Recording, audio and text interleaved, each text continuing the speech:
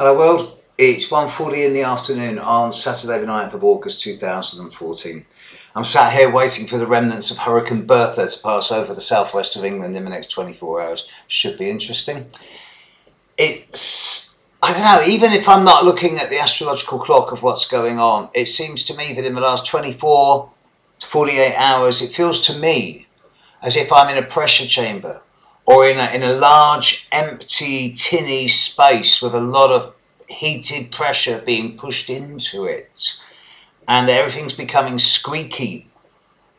And it just feels like there's something very imminent, very fertile, about to blow. So, okay, I look at the software and what do I see? Well, okay, as I speak, the moon is at 29 degrees of Capricorn. It's been void for the last 4 hours since it opposed Venus, 5 hours, and it will be for another hour till about 10 to 3 in the afternoon UK time on Saturday. But even so, the other planets take out the void moon. We have the Sun at 16 degrees of Leo, Saturn at 16 degrees of Scorpio, Uranus at 16 degrees of Aries, and Chiron at 16 degrees of Pisces.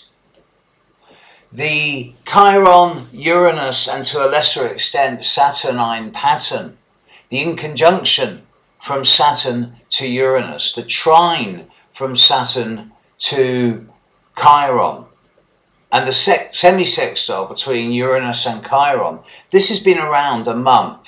A month or so ago I was doing a video on the Saturn-Uranus inconjunction talking about the unstoppable force against the immovable object, and how Uranus with its square to Pluto is really digging in for the rights of the individual and bringing things to a head and sorting things out one way or another.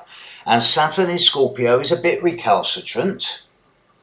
It will sort things out, it will bring things to the surface, but in its own way and in its own time. And working with Chiron, that's a healthy thing. It's creating a degree of sensitivity to some of the injustices and wrongs that have been perpetuated in recent decades. But now the Sun's there. And today particularly, I'm looking at it, I'm thinking, well, all these 16, so why isn't the world changing? And I'm thinking, hang on, look what's going on. The world's changing rapidly at the moment, but it's happening in such...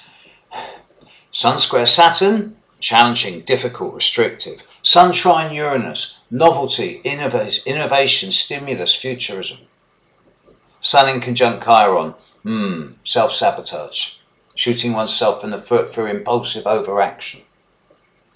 Mars is trine Neptune, there's creative inspiration, there's the desire for something new, primarily at the political and economic rather than as much as at the artistic. It's a very fertile time, extremely so. And we've got the new moon in the next, the full moon in the next 36 hours. And that in a way is going to be a bit of a trigger point for a lot of people. So really, I suppose, if I were dealing with the Earth as my client now, I'd be saying, well, look, folks, over the coming couple of days, it's going to be very easy to get your buttons pushed. It's going to be very easy to say or do something you'd later regret. And it's a really good time to count to 10. Now, have a look at your chart. And if you've got anything, and I'm going to be specific, if you've got anything at 16, 17, 18 or 19, 16, 17, 18, of the fixed signs, Taurus, Leo, Scorpio, Aquarius, that's significant. And by significant, I don't mean Saturn, Uranus, Neptune, Pluto, Chiron. I mean Sun, Moon, Mercury, Venus, Mars, certainly, ascendant, midheaven.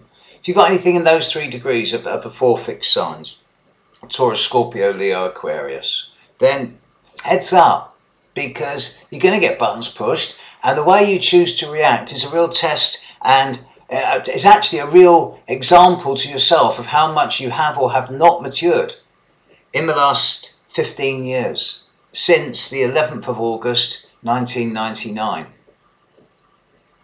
Check your chart for 16 degrees. More later, once the moon's changed sign. Catch you later. Bye.